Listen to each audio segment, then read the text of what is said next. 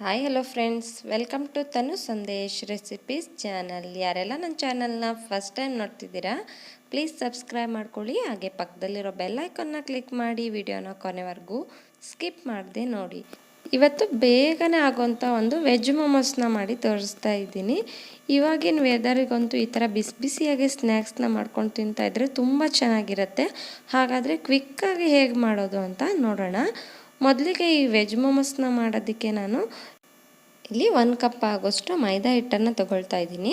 ಮೈದಾ ಹಿಟ್ಟು ಇಷ್ಟ ಇಲ್ಲ ಅಂದರೆ ನೀವು ಗೋಧಿ ಹಿಟ್ಟನ್ನು ಯೂಸ್ ಮಾಡಿ ಕೂಡ ಇದನ್ನು ಮಾಡ್ಕೋಬೋದು. ಹಾಗೆ ರುಚಿಗೆ ತಕ್ಕಷ್ಟು ಉಪ್ಪನ್ನು ಹಾಕ್ಕೊಂಡು ಚೆನ್ನಾಗಿ ಕಲಿಸ್ಕೋಬೇಕು. ಹಾಗೆ ಸ್ವಲ್ಪ ಸ್ವಲ್ಪ ನೀರು ಹಾಕಿ ನಾವು ಚಪಾತಿ ಹಿಟ್ಟಿನ ಅದಕ್ಕೆ ಇದನ್ನು ಕಲಿಸ್ಕೊಂಡ್ರೆ ಆಗುತ್ತೆ. ನೋಡಿ, ಇಷ್ಟು ಸಾಫ್ಟಾಗಿ ಈ ಥರ ಹಿಟ್ಟನ್ನು ರೆಡಿ ಮಾಡಿ ಇದನ್ನು ಪಕ್ಕಕ್ಕೆ ಇಟ್ಕೊಳ್ಳಿ. ಅಲ್ಲಿವರೆಗೆ ಇವಾಗ ಸ್ಟಫಿಂಗನ್ನು ರೆಡಿ ಮಾಡ್ಕೊಳ್ಳೋಣ. ಇಲ್ಲಿ ಒಂದು ಸ್ವಲ್ಪ ಕ್ಯಾರೆಟನ್ನು, ಈರುಳ್ಳಿ ಹಾಗೆ ಎಲೆಕೋಸನ್ನು ಚಿಕ್ಕದಾಗಿ ಕಟ್ ಮಾಡಿ ಇಟ್ಕೊಂಡಿದ್ದೀನಿ. ನಿಮಗೆ ಇಷ್ಟ ಇರೋವಂಥ ಎಲ್ಲ ತರಕಾರಿನ ಕೂಡ ನೀವು ಮೊಮೋಸ್ಗೆ ಯೂಸ್ ಮಾಡ್ಬೋದು. ಅದನ್ನು ಕೂಡ ಇದೇ ಥರ ಚಿಕ್ಕ ಚಿಕ್ಕದಾಗಿ ಕಟ್ ಮಾಡಿ ಯೂಸ್ ಮಾಡಬೇಕು. ಆಗ ಬೇಯಿಸೋದಕ್ಕೆ ತುಂಬ ಈಸಿ ಆಗುತ್ತೆ. ಹಾಗೆ ಒಳಗಡೆ ತುಂಬೋದಕ್ಕೆ ಕೂಡ ತುಂಬ ಚೆನ್ನಾಗಿರುತ್ತೆ. ಇವಾಗ ಬಾಣಲಿಗೆ 1 ಟೇಬಲ್ ಸ್ಪೂನ್ ಆಗೋಷ್ಟು ಎಣ್ಣೆನೇ ಹಾಕ್ಕೊಂಡಿದ್ದೀನಿ. ಎಣ್ಣೆ ಸ್ವಲ್ಪ ಕಾದ್ಮೇಲೆ ನಾವು ಈರುಳ್ಳಿನ ಹಾಕ್ಕೋಬೇಕು. ಎಣ್ಣೆಯಲ್ಲಿ ಫ್ರೈ ಮಾಡ್ಕೋಬೇಕು. ಇದು ತುಂಬ ಕುಕ್ ಆಗೋಂಥ ಅವಶ್ಯಕತೆ ಏನೂ ಇರಲ್ಲ. ನಾವು ಮತ್ತೆ ಸ್ಟೀಮ್ ಮಾಡ್ತೀವಿ. ಸೊ ಒಂದು ಸ್ವಲ್ಪ ಎಣ್ಣೆಯಲ್ಲಿ ತಿರುಗಿಸ್ಕೊಂಡಿದ್ದಾದಮೇಲೆ ಸ್ವಲ್ಪ ಬೆಳ್ಳುಳ್ಳಿ ಹಾಗೆ ಶುಂಠಿನ ಕೂಡ ಚಿಕ್ಕದಾಗಿ ಕಟ್ ಮಾಡಿ ಸೇರಿಸ್ಕೊತಾ ಇದ್ದೀನಿ. ಹಾಗೆ ಹಸಿಮೆಣಸನ್ನು ಕೂಡ ಸ್ವಲ್ಪ ಯೂಸ್ ಮಾಡ್ತಾ ಇದ್ದೀನಿ. ನಿಮಗೆ ಖಾರ ಇಷ್ಟ ಇತ್ತು ಅಂದರೆ ನೀವು ಸ್ವಲ್ಪ ಜಾಸ್ತಿನೇ ಇದೆ ಹಸಿಮೆಣಸನ್ನು ಚಿಕ್ಕದಾಗಿ ಕಟ್ ಮಾಡಿ ಈ ಟೈಮಲ್ಲಿ ಹಾಕ್ಕೊಂಡು ಫ್ರೈ ಮಾಡ್ಕೋಬೇಕು. ಇದಾದಮೇಲೆ ನಾವು ಕಟ್ ಮಾಡಿ ಇಟ್ಕೊಂಡಿರುವಂಥ ಎಲೆಕೋಸನ್ನು ಹಾಗೆ ಕ್ಯಾರೆಟನ್ನು ಕೂಡ ಇದಕ್ಕೆ ಸೇರಿಸ್ಕೊತಾ ಇದ್ದೀನಿ. ಇದನ್ನು ಕೂಡ ಎಣ್ಣೆಯಲ್ಲಿ ಒಂದು 2-3 ನಿಮಿಷ ಚೆನ್ನಾಗಿ ಫ್ರೈ ಮಾಡ್ಕೋಬೇಕು. ಈ ಟೈಮಲ್ಲಿ ರುಚಿಗೆ ತಕ್ಕಷ್ಟು ಉಪ್ಪನ್ನು ಕೂಡ ಸೇರಿಸ್ಕೊಂಡು ಇದನ್ನು ಫ್ರೈ ಮಾಡ್ಕೋಬೇಕಾಗತ್ತೆ. ಒಂದು ಹಾಫ್ ಕುಕ್ ಆದರೆ ಸಾಕಾಗತ್ತೆ ಇದು, ಯಾಕಂದರೆ ಮತ್ತೆ ಸ್ಟೀಮ್ ಮಾಡೋದ್ರಿಂದ ಆವಾಗ ಚೆನ್ನಾಗಿ ಬೇಯ್ಕೊಳ್ಳುತ್ತೆ. ನೋಡ್ತಾ ಇದ್ದೀರಲ್ವ, ಒಂದು 2-3 ನಿಮಿಷ ಈ ಥರ ಕೈ ಆಡಿಸ್ಕೊಳ್ತಾ ಇದ್ದೀನಿ.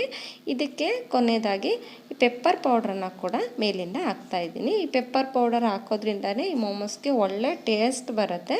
ಸೊ ಚೆನ್ನಾಗಿ ಇನ್ನೊಂದು 2 ಸೆಕೆಂಡು ಇದನ್ನು ಮಿಕ್ಸ್ ಮಾಡಿಬಿಟ್ಟು ಫ್ಲೇಮ್ನ ಆಫ್ ಮಾಡಿ ಇದನ್ನು ಕೂಲ್ ಆಗೋಕ್ಕೆ ಬಿಡ್ತಾ ಇದ್ದೀನಿ. ನೋಡಿ, ಇದು ಇವಾಗ ರೆಡಿ ಆಗಿದೆ. ನೀವು ಇದೇ ಥರ ಎಗ್ ಮೊಮೋಸ್ ಮಾಡ್ಬೋದು, ನಾನ್ ವೆಜ್ ಮೊಮೋಸ್ ಕೂಡ ಮಾಡ್ಕೋಬೋದು. ಇವಾಗ ಸಿಂಪಲ್ಲಾಗಿ ವೆಜ್ ಮೊಮೋಸನ್ನು ಮಾಡ್ತಾಯಿದ್ದೀವಿ. ಇವಾಗ ಇದು ರೆಡಿ ಇದೆ. ಹಿಟ್ಟು ಕೂಡ ಚೆನ್ನಾಗಿ ನೆಂದಿದೆ, ನೋಡ್ತಾ ಇದ್ದೀರಲ್ವ.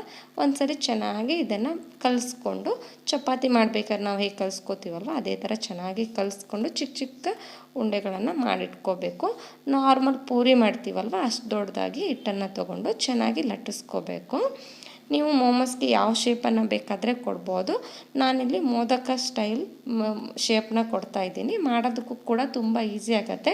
ಸ್ಟಫಿಂಗನ್ನು ಮಾಡೋದಕ್ಕೆ ಕೂಡ ತುಂಬ ಚೆನ್ನಾಗಿರುತ್ತೆ. ನೋಡ್ತಾ ಇದ್ದೀರಲ್ವ, ಈ ಥರ ಶೀಟ್ನ ರೆಡಿ ಮಾಡಿಕೊಂಡು ನಾವು ಸೆಂಟ್ರಲ್ಲಿ ಫಿಲ್ಲಿಂಗನ್ನು ಹಾಕ್ಕೊಂಡು ಸೈಡಿಂದ ಈ ಥರ ಮಡ್ಚ್ಕೋತಾ ಬರ್ತಾಯಿದ್ದೀನಿ. ಇದೇ ಥರ ಶೇಪ್ ಕೊಡಬೇಕು ಅಂತ ಏನಿಲ್ಲ. ನಿಮ್ಗೆ ಯಾವ ಶೇಪ್ ಇಷ್ಟ ಆಗುತ್ತೆ, ಯಾವ್ದು ಈಸಿ ಆಗುತ್ತೆ ಆ ಥರ ಶೇಪ್ನ ಕೊಟ್ಟು ಈ ಥರ ಮಾಡಿದರೆ ಆಗುತ್ತೆ. ನೋಡ್ತಾ ಇದ್ದೀರಲ್ವ, ಇದೇ ಥರ ಉಳಿದಿರೋ ಮೊಮೋಸನ್ನು ಕೂಡ ನಾನು ರೆಡಿ ಮಾಡ್ಕೊಳ್ತಾ ಇದ್ದೀನಿ. ಈ ಶೀಟನ್ನು ಸ್ವಲ್ಪ ತೆಳ್ಳಗೆ ಉಜ್ಕೊಂಡ್ರೆ ತಿನ್ನಬೇಕಾದ್ರೆ ತುಂಬ ಚೆನ್ನಾಗಿರುತ್ತೆ.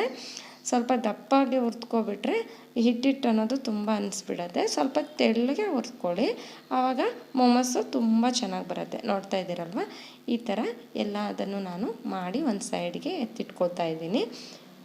ಎಷ್ಟು ಕ್ವಿಕ್ಕಾಗಿ ಆಗೋಗುತ್ತೆ. ಒಂದು 10 ಮಿನಿಟ್ಸ್ ಇದನ್ನು ಸ್ಟೀಮ್ ಮಾಡಿಬಿಟ್ರೆ ಆಗೋಯ್ತು. ಇವಾಗ ನಾನು ತೊಗೊಂಡಿರೋ ಕ್ವಾಂಟಿಟಿಲಿ ಒಂದು 8 ಮೊಮೋಸ್ ಆಗಿದೆ. ಈ ಇಡ್ಲಿ ಪಾತ್ರೆಗೆ ಎಣ್ಣೆನ ಸವರ್ಬಿಟ್ಟು ಅದರಲ್ಲಿ ಇದನ್ನು ಸ್ಟೀಮ್ ಮಾಡ್ತಾಯಿದ್ದೀನಿ. ಇದನ್ನು ಒಂದು 10 ನಿಮಿಷ ಕುಕ್ ಮಾಡಬೇಕು. ಅಲ್ಲಿವರೆಗೆ ರೆಡಿ ಆಗೋಗುತ್ತೆ.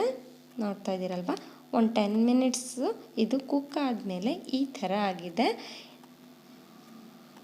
ನೋಡಿದ್ರಲ್ವ ಫ್ರೆಂಡ್ಸ್, ಎಷ್ಟು ಈಸಿಯಾಗಿ ನಾವು ವೆಜ್ ಮೊಮೋಸನ್ನು ಮನೆಯಲ್ಲೇ ಮಾಡ್ಕೋಬೋದು ಅಂತ. ಇವತ್ತಿನ ಈ ರೆಸಿಪಿ ಇಷ್ಟ ಆಗಿದ್ದರೆ ಖಂಡಿತವಾಗ್ಲೂ ನೀವು ಕೂಡ ಟ್ರೈ ಮಾಡಿ. ಇದನ್ನು ನಾನು ಟೊಮೆಟೊ ಕೆಚಪ್ ಜೊತೆಗೆ ಟ್ರೈ ಮಾಡ್ತಾಯಿದ್ದೀನಿ. ಕೆಂಪು ಚಟ್ನಿ ಕೂಡ ನೀವು ಮಾಡಿಕೊಂಡು ಇದನ್ನು ಟ್ರೈ ಮಾಡ್ಬೋದು. ಇವಾಗಿನ ವೆದರ್ಗಂತೂ ಈ ಥರ ವೆಜ್ ಮೊಮೋಸನ್ನು ಮಾಡ್ಕೊಂಡು ತಿಂತಾಯಿದ್ರೆ ಅಲ್ಟಿಮೇಟ್ ಆಗಿರುತ್ತೆ.